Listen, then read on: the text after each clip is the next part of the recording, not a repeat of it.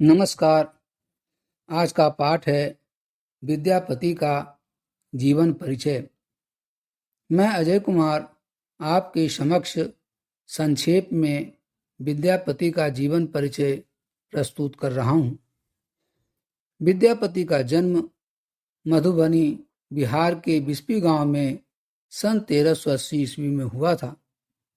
इनका जन्म एक ऐसे परिवार में हुआ था जो विद्या और ज्ञान के लिए प्रसिद्ध था।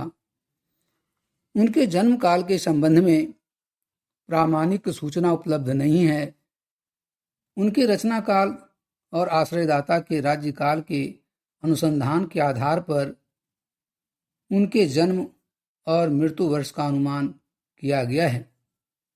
विद्यापति मिथिला नरेश शिव सिंह के अभिन्न मित्र, राजकवि और सलाहकार थे। विद्यापति बचपन से ही अत्यंत कुशाग्र बुद्धि और तर्कशील व्यक्ति थे। साहित्य, संस्कृति, संगीत, ज्योतिष, इतिहास, दर्शन, न्याय, भूगोल आदि के वे प्रकांड पंडित थे। उन्होंने संस्कृत, अबहट, अपभ्रंश और मैथिली 3 भाषाओं में रचनाएं की। इसके अतिरिक्त उन्हें और भी कई भाषाओं, उपभाषाओं का ज्ञान था। वे आदिकाल और भक्ति काल के संधि कवि माने जाते हैं।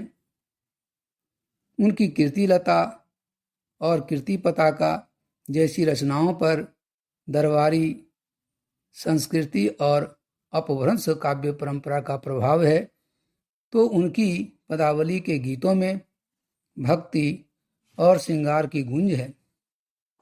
विद्यापति की पदावली ही उनके यश का मुख्य आधार है। वे हिंदी साहित्य के मध्यकाल के पहले ऐसे कवि हैं जिनकी पदावली में जनभाषा में जन संस्कृति की अभिव्यक्ति हुई है।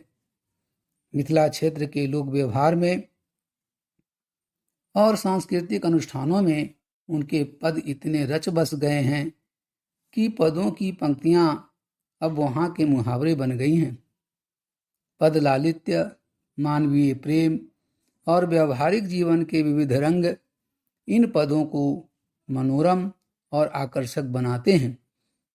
राधा कृष्ण के प्रेम के माध्यम से लौकिक प्रेम के विभिन्न रूपों का चित्रण, स्तुति पदों में विभिन्न देवी देवताओं की भक्ति, प्रकृति संबंधी पदों में प्रकृति की मनोहर छवि रचनाकार के अपूर्व कौशल, प्रतिभा और कल्पनाशीलता के परिचायक हैं।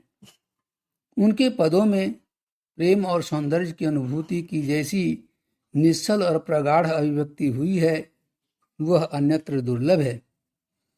उनकी महत्वपूर्ण कृतियां हैं कीर्तिलता, कीर्ति पताका, पुरुष परीक्षा, भू परिक्रमा, लिखनावली और पदावली। इस प्रकार अंततः सन 1460 ईस्वी में उनकी मृत्यु हो गई।